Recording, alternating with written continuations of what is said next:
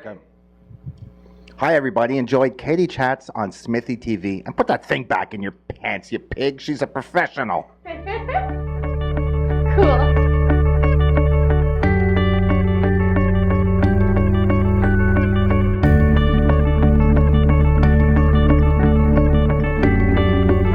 Uhlmann reporting for Katie Chats here in downtown Toronto with producer, writer, actor Kenny Hotz. What initially inspired you to get into the business? Cash and chicks, which I think inspires everyone. And how's that working out for you? It's pretty good on both. Yeah. I'm starting to look like Danny DeVito. I was so hot. I was like a young Tony Curtis. Now I just look like Drek. And when you were young and starting out, you worked as a photographer and you got to go to the Gulf War and cover that. What was that experience like? And then what was it like coming back and transitioning into the other avenues that you've worked in? Well, I got a camera for my bar mitzvah. I made a little cash, not as much as my rich Jewy friends. And I always wanted to be a photographer. And then, you know, when the whole CNN Gulf War thing happened, it was really the first kind of media, you know, explosion for me at my age. And I was so enthralled by the news and I wanted to, you know, I really wanted stuff for my portfolio that would blow an editor's mind when they were just looking through my portfolio. And so I sold a bunch of weed and got some money and then hopped on a plane to Israel. But it was crazy, you know, and I went there and I spent about 6 weeks there just shooting photographs of, you know, old ladies in gas masks. And, you know, my grandmother could bang off Pulitzers in, you know, once there's a gas mask in the photo. But, you know, it was kind of depressing and creepy. And I started doing a lot of human disasters. I did like Waco and smoldering Waco and the fall of the wall and a bunch of concentration camps and Times Square 2000 and all these really, I went into the orphanages of Bucharest when Ceausescu fell, and I was doing these kind of Kafka-esque, really dark, like Mark Prent type of photographs, and you know, it was just depressing. And eventually I started doing documentaries, or comedy documentaries, what I call cockumentary.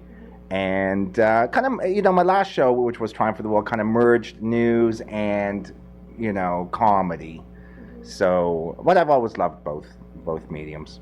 Do you think that you'll do more sort of news coverage in the future? Yeah, I'm probably will be covered by the news when I walk into my former broadcaster with a bomb belt. I don't know. I'd like to do anything, really. I don't know if anyone will let me anymore. You know, I'd be very lucky. I've had 3 shows. And the mandate's changed a little. I don't know if anyone's going to let me, you know, slip acid to anyone or, you know, eat 40 pounds of meat. But I'm trying. It's trying. It's definitely, you know, what you need to make television is a broadcaster. But I think now we all have our own channels at home, like YouTube, so you can really do anything you want. It's an entire medium's changed. Everything's different. Having made 3 shows, was it what you expected it to be? No, because I thought I would only do 1 show and it would totally suck. I was really surprised that, you know, Kenny vs. SPENNY did so well and, you know, it worked so well internationally. But, you know, it's all luck. It's sad. You know, it's, you know, motivation, luck, persistence. But, you know, I lived in a garage for 5 years in LA and it sucked. You know, I lived there for 5 years. I didn't have a car. You know, some homeless guy came up to me on a bicycle and some stolen bike, and he wanted to sell me a bike for $20. And I was like, oh, sure, great, let me try it out. And I got on the bike and I rode away. You know, that's how poor I was. You stole from a homeless man? Yeah. So, yeah, I was totally poor. Tell me a little bit about your relationship with SPENNY, Spencer, and how you guys met and ended up having this long working relationship together. Well, I've known our dads were best, which is really weird. Our fathers were best friends in the 40s. They used to go to like Wasaga Beach and hit on non-Jewish girls in like Bermuda shorts. And my dad was like, yeah. My dad was like a Vic Tandy muscle guy. He's like one of the first muscle men in Toronto. It was really creepy, really weird. And, you know, him and Spenny's dad were friends. And then later in life, I probably met Spenny for the first time when I was about 6. But, yeah, you know, it's really funny. People ask if our relationship was real or if Kenny versus Spenny was fake. But actually, it was so real. It was totally real. You know, I think we kind of aired our dirty laundry. And I think that the validity of the show, the truth of our relationship traveled through the screen. And when people come up to me and are like, did you really give him acid? Or did a tranny really, you know, give him blowjobs, you know, 500 times on national television? I ask them, I go, what do you think? And they all go, yeah, they feel like he did. So it was really real. And you know, I'm a cinema verite documentary guy, and I love real. So for me, I would rather have a crappy episode that was real than, you know, a good episode that was fake, because I really thought in the end that would bite me in the ass, and it would end up screwing us. So do you think that realness comes from sort of your background as a journalist, photographer? Well, yeah, and you know what, and also it also came from, you know, my media obsession and my obsession with news and reality, and I love that. I have a friend that did their thesis on 9/11, and they said 9/11 killed sitcoms, because after seeing something that heavy and that real, people couldn't, you know, that actually invented reality television. You know, the whole genre of television changed, and I think it affected me too, because I just, you know, I love documentary film. I'm a big Werner Herzog fan, and I really like stuff to be real. And it's a lot easier, you know. It's a lot easier to tell the truth. You know, so much easier. Though I have done like a sitcom, which I love too. Like, I love being behind the camera and writing. That for me is truly the most fun and the best. I'm getting too old now to stay awake for a week or, you know, do like, I actually created a show where the genre is me torturing myself, which was horrible. Like, if you're going to invent a show and star in a show, it should be like, run around the world and eat foie gras in different places. It shouldn't be like, oh my God, like beat the living shit out of each other with broomsticks. So, you know, it's kind of like a catch-22. You know, the older we got, the more pathetic it got. But that actually, and the more we hated each other, but that made the show much funnier for people. What advice would you give to an aspiring writer, producer, actor?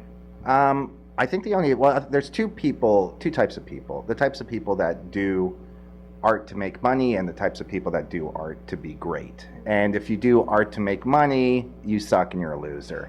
If you do art to be great and it works out, you'll make way more money than you ever could. Well, maybe not. In some instances, you know, some people have managed to create garbage and be incredible and make tons of cash. But, you know, if you'll enjoy your life, and you'll really have fun if you do something amazing and you make tons of cash and acclaim from it. So that's what I would say. And the second thing I would say is just don't fuck it up. It's so easy to fuck up.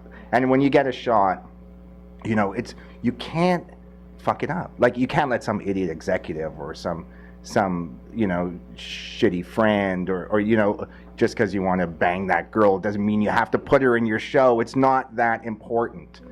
You know, the important thing is that you do something incredible and you work as hard as you can. And it is a lot of work. People think it's no work. People have no idea how much work it is. And what types of projects do you hope to develop in the future? What type? Oh God, gold mining projects, hot supermodel slavery, heroin trade, muling, anything. Yeah. I don't know. You know, I'm right now. I'm trying to figure out what I want to do. I'm kind of going through a midlife crisis. I'm going to be 46 this year, so yeah. Listen, I'd like to make cash, but I don't really spend cash. I'm not a car guy. I already have a house, so. And I could live on ramen and beefaroni for the rest of my life. So right now I'm kind of going through like a Deepak Oprah mode where I'm trying to figure out what am I going to do to work as little as possible and totally enjoy my life. And where's the best place to follow you and keep up with what you're doing online? Well, I was recently on To Catch a Predator 5. You can see me there. I think something called the intranet. KennyHotz.com. KennyHotz.com. Thank you so much, Kenny. Thank you, Congratulations Katie. Congrats on your 6th studio. I can't believe how much content you have and how many people you've interviewed. Thank you. Are you single? I don't know. I have a friend for you. Oh. What, you don't know? If this was in the States, you'd have like a lineup of guys around the block. Here in Toronto, everyone's so. Yeah, no one asks me out. It's unbelievable. That's so weird. Strange city. Well, thanks. Congrats on all of your success. Best of luck with your upcoming projects. Thank you. Thanks. I'm Katie Uhlmann reporting for KD Chats here in downtown Toronto.